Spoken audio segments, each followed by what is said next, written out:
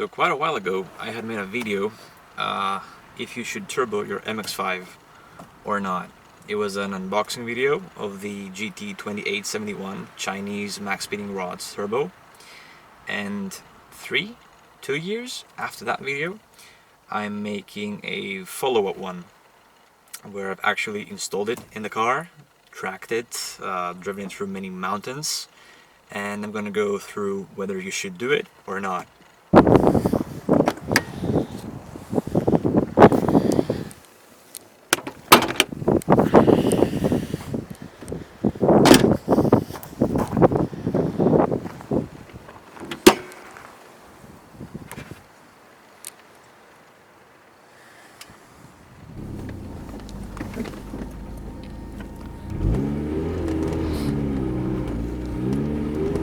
Five-puck disc.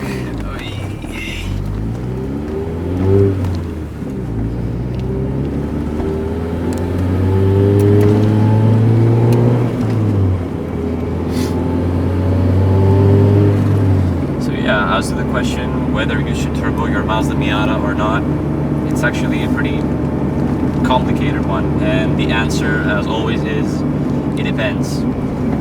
I mean, as a child, I always wanted to get something like a Nissan Silvia S15 with the SR20, an external wastegate, you know, with flames, Flutter, all that kind of thing, and it's great. Like, this is as close to that as I could get.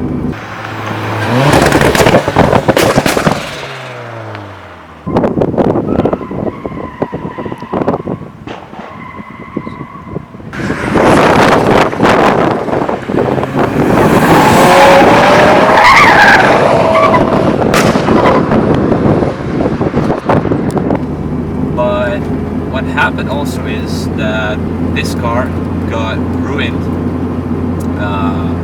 from being a Miata. And what I mean by that is that when I got it, it was a car that was quite underpowered, so you could go pretty much everywhere flat out. It was fun to just rev the hell out of it and go nowhere and not be in danger territory. Whereas right now, you have to constantly focus on not dying, basically, after doubling the horsepower and more than doubling the torque. So it's not only that, but it's also gotten way worse as a commuter slash daily driver slash GT car. It started consuming way more fuel because of the RX-8 injectors and the oversized exhaust, which, okay, if you actually spend a lot of money on injector dynamics, injectors, and a reasonably sized exhaust, it would be better, and that's a plan for the future, but it consumes way more fuel. So like, if I want to go on a trip, I would prefer to choose another car and not do it with this one, because it's simply gonna cost way too much to make sense.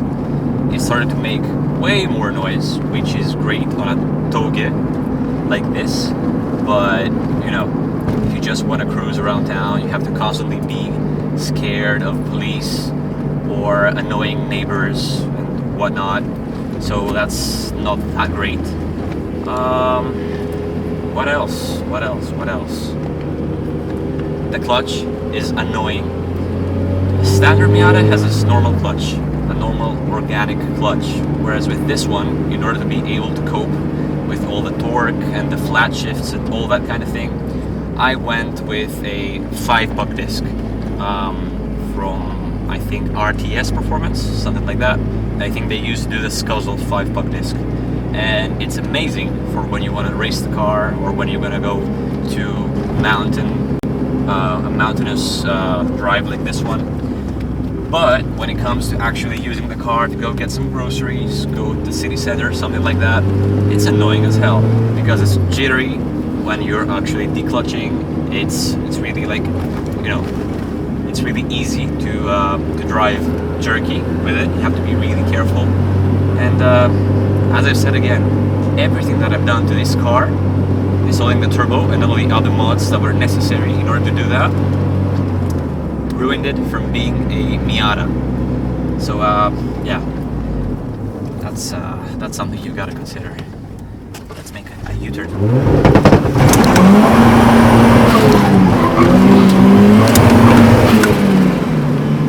So yeah, this is nice. This is it's way better at doing this, but it's way worse at doing everything else. Now, let's talk about the turbo, the specific turbo that I unboxed a couple of years ago, and I made a part 1 video. So this is the part 2 and the final one. So as I've said, this is the Maxpeedingrods GT2871 turbo, which I had gotten for I think around $200, whereas you would need about $1,000 for the equivalent Garrett, which is ball bearing and not journal bearing like this one. So what about the turbo? Well, it's, as you've seen, had a lot of abuse, like anti-lag, launch control, rolling launch control, flat shifts, all sorts of things, and it hasn't skipped a bit. It's fine. Shaft doesn't have any play, so as far as I'm concerned, for the money, it's been totally fine. I've paired it with a 3-inch exhaust, the 1.8 VVT motor, and the Kraken low mount manifold, and it spools like wastegate pressure, which is 0.45 bar, or I think 7 psi. It spools to that at about 3,500 RPM, which is pretty decent actually for the size of the turbo and for the technology, which is ancient, and most of all for the cost.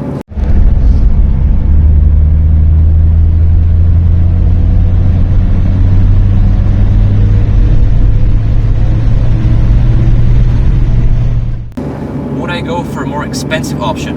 Hell yes. I've driven Miatas with normal Garrett turbos with ball bearing, and the spool difference is quite big. This turbo is fine if you want a Miata that's only being used for the mountain or for the track or for the drag strip, then it's fine. I would recommend to get one. It's great value for money. Would I recommend one for a street car? No. Spool isn't that great. It can be way better.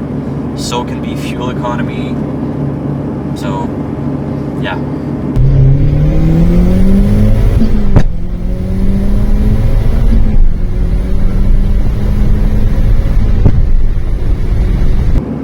Also, another thing, flames. They're amazing. I love flames. I love the gunshots from the exhaust, all that kind of thing.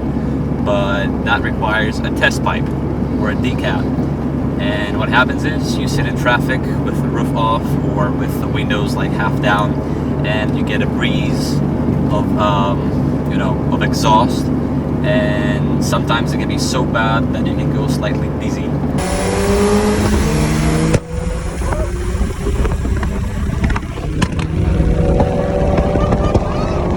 And still, this is race car stuff, and you shouldn't do this to a street car.